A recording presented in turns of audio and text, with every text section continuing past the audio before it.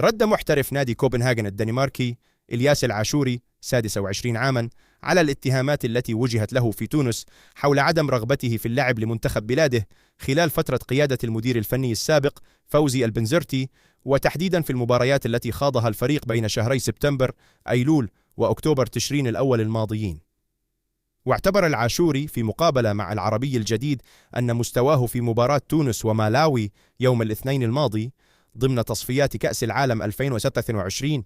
هو أفضل رد على الاتهامات التي وجهت له في الشارع الرياضي، تزامنا مع تصريح البنزرة حينها عندما أكد أن إلياس يشعر بأنه غير جاهز للانضمام إلى المعسكر، وأنه لا يستدعي اللاعبين الذين لا يملكون الرغبة في تمثيل المنتخب. وقال الجناح الأيسر لمنتخب تونس: شاهد أدائي في مواجهة مالاوي، هل تشعر بصدق بأنني غير متحمس للعب مع منتخب بلادي؟ لا يمكن أن أقول أكثر من هذا. أعتقد أنني أجبت على أرض الملعب، لقد ركضت وقاتلت وبللت القميص. طبعا ليس كل شيء مثاليا، أضعت أشياء وربما سأضيع أخرى مستقبلا، لكنني قدمت أشياء جميلة الحمد لله، والرغبة دائما موجودة عندي للعب مع منتخب تونس.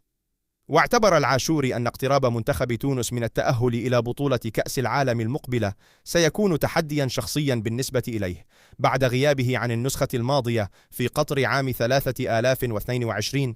لكنه ثمن دور كل اللاعبين من أجل تحقيق هذا الهدف، مؤكدا أن المنتخب عائلة واحدة ويملك فرديات قوية تجعل اللاعبين لحمة واحدة حتى يصلوا إلى طموحاتهم.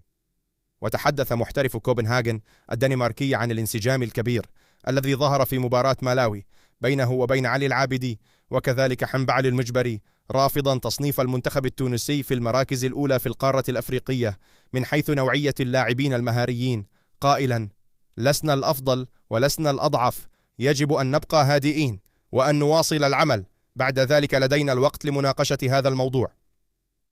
ووجه العاشوري رسالة لمواطنه نجم بيرنلي الإنجليزي حنبعل المجبري بعد أدائه الجيد في مباراة تونس ضد ليبيريا ومالاوي، قائلا: نحن فخورون به دائما، الحمد لله لدينا الحظ بوجود لاعبين من هذا المستوى في المنتخب التونسي،